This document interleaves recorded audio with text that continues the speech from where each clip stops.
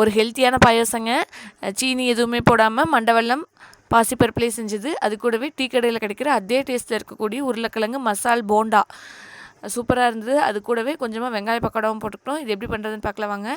அதுக்கு ஒரு பாத்திரத்தை அடுப்பில் வச்சு எண்ணெய் ஊற்றி இந்த மாதிரி வெங்காயத்தை பொடி பொடியாக நறுக்கி உள்ளே போட்டு நல்லா வணக்கிக்கோங்க. இது சீக்கிரமாக வந்து வர்றதுக்காக கொஞ்சமாக உப்பு போட்டிருக்கேன். அதை போட்டு நல்லா வணக்கி விட்டுருங்க. வெங்காயம் வந்து நல்லா பாதி வந்ததுக்கப்புறமா இந்த மாதிரி உருளைக்கிழங்க வேக வச்சு தோல் உரிச்சிட்டு இந்த மாதிரி நல்லா மசிச்சு வச்சுருக்கேன். அதையும் உள்ளே ஆட் பண்ணிக்கோங்க. உருளைக்கிழங்கு உள்ளே ஆட் பண்ணி நல்லா அந்த வெங்காயத்தை கூட நல்லா வணக்கி விட்டுருங்க. தண்ணி ரொம்ப சேர்த்திடாதீங்க. அது கூடவே கொஞ்சமாக மஞ்சள் தூள், 1/2 ஸ்பூன் மஞ்சள் தூள், கொஞ்சமாக நான் சிக்கன் மசாலா எடுத்திருக்கேன். உங்கள் வீட்டில் என்ன குழம்பு தூள் இருக்கோ அதை போட்டுக்கோங்க. இதை போட்டு நல்லா வணக்கிட்டு ரொம்ப கொஞ்சமாக தண்ணி ஊற்றுங்க. ஏன்னா உருளைக்கிழங்கு வந்து நல்லா அப்படி உருண்டை பிடிக்கிற மாதிரி கன்சிஸ்டன்சியில் வேணும். கொஞ்சம் கொலான்னு போயிடுச்சுன்னா கூட எண்ணெய் குடிக்க ஆரம்பிச்சிடும். நல்லா உருண்டை பிடிக்கிற கன்சிஸ்டன்சியில் அப்படியே அடுப்பு ஆஃப் பண்ணிக்கோங்க. அடுத்து மாவு கரைக்கிறதுக்கு நான் இன்ஸ்டன்ட் பஜ்ஜி மாவு தான் எடுத்திருக்கேன். அதில் கொஞ்சமாக தண்ணி ஊற்றி நல்லா கட்டிப்படாமல் கொஞ்சம் கெட்டியும் இல்லாமல் தண்ணியும் இல்லாமல் ஒரு இட்லி பத கன்சிஸ்டன்சி கரைச்சி வச்சுக்கோங்க.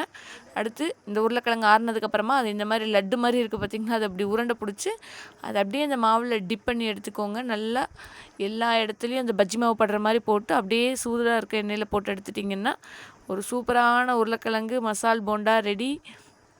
நல்லா பார்த்துக்கோங்க. இந்த உருளைக்கிழங்கு உருண்டையை அப்படியே உள்ளே போட்டு எல்லா இடத்துலையும் மாவு படணும். ரொம்ப மாவாயிருச்சுனாலும் கட்டி ஆயிரும். இது அப்படியே எல்லா பக்கமும் பரட்டி போட்டு அப்படியே தூக்கிக்கொண்டே சூடாக இருக்கிற எண்ணெயில் போட்டு பொரிச்சு எடுத்திங்கன்னா சூப்பராக ரெடி ஆயிரும். அடுத்து பாசிப்பருப்பு பாயாசம் எப்படி பண்ணுறதுன்னு பார்க்கலாங்க. அதுக்கு நான் மண்டை வெல்லம் தான் எடுத்திருக்கேன். உங்கள்கிட்ட கருப்பட்டி எது இருந்தாலும் ஓகே. மண்டை வெல்லத்தை நல்லா 1-2 தட்டி அது கூடவே கொஞ்சமாக தண்ணி ஆட் பண்ணி ஒரு 3-4 ஏலக்காய் நல்லா தட்டி உள்ளே போட்டுக்கோங்க. அது இப்போ வடிக்கிறனால ஏலக்காய் எசன்ஸ் நல்லா இறங்கிக்கும். நல்லா இந்த மாதிரி காஞ்சி வரணுங்க. எது கன்சிஸ்டன்சி இல்லை, அந்த கட்டியெல்லாம் கரைஞ்சாவே போதும். மண்டை வெல்லம்லாம் கரைஞ்சாவே போதும். அடுத்து நீங்கள் எந்த குண்டாவில் பாயாசத்தை வைக்கிறீங்களோ அதை வச்சுட்டு அதில் அந்த மண்டை வெல்ல தண்ணியை வடித்து ஆட் பண்ணிக்கோங்க. இது வந்து ஒரு 2 டம்ளர் பாசிப்பருப்பு நல்லா வேக வச்சு மசிச்சு இந்த மாதிரி கூழ் மாதிரி பண்ணி வச்சுருக்கேன். இந்த கொதிச்சிக்கிட்டு இருக்க மண்டை வெல்ல தண்ணிக்குள்ளே அதை எடுத்து ஊற்றிடுங்க. ஃபஸ்ட்டு ஊற்றும்போது இந்த மாதிரி திரியாக நிற்கிற மாதிரி தான் இருக்கும். அது நல்லா கொதிச்சு வந்ததுக்கப்புறம் நைஸ் ஆயிருங்க. அடுத்து தாளித்து கொட்டுறதுக்கு அமுது நெய் நம்ம ஓனாக தயாரித்து கொடுத்துக்கிட்டு இருக்கோங்க. உங்களுக்கு சுத்தமான நெய் வேணால் கண்டிப்பாக நம்மளை காண்டாக்ட் பண்ணுங்கள். காண்டாக்ட் நம்பர் நான் கொடுக்குறேன். பியூரான நெய் குழந்தைங்களுக்குலாம் நீங்கள் தாராளமாக கொடுக்கலாங்க. எந்த ஒரு அடல்ட்ரேஷனும் இல்லாமல் சுத்தமாக கொடுத்துக்கிட்டு இருக்கோம். கண்டிப்பாக ட்ரை பண்ணி பாருங்கள். எல்லா ஊருக்கும் கொரியர் அனுப்பிட்டு இருக்கோங்க. நெய் நல்லா சூடானதுக்கப்புறமா அதில் ஒரு கை முந்திரி பருப்புள்ள போட்டு நல்லா பொன்னிறானதுக்கப்புறமா அதை பாயாசத்தில் தூக்கி ஊற்றி நல்லா கலந்து விட்டு ஆஃப் பண்ணிடுங்க. சக்கரை எல்லாம் உங்களுக்கு போதுமானு செக் பண்ணிக்கோங்க.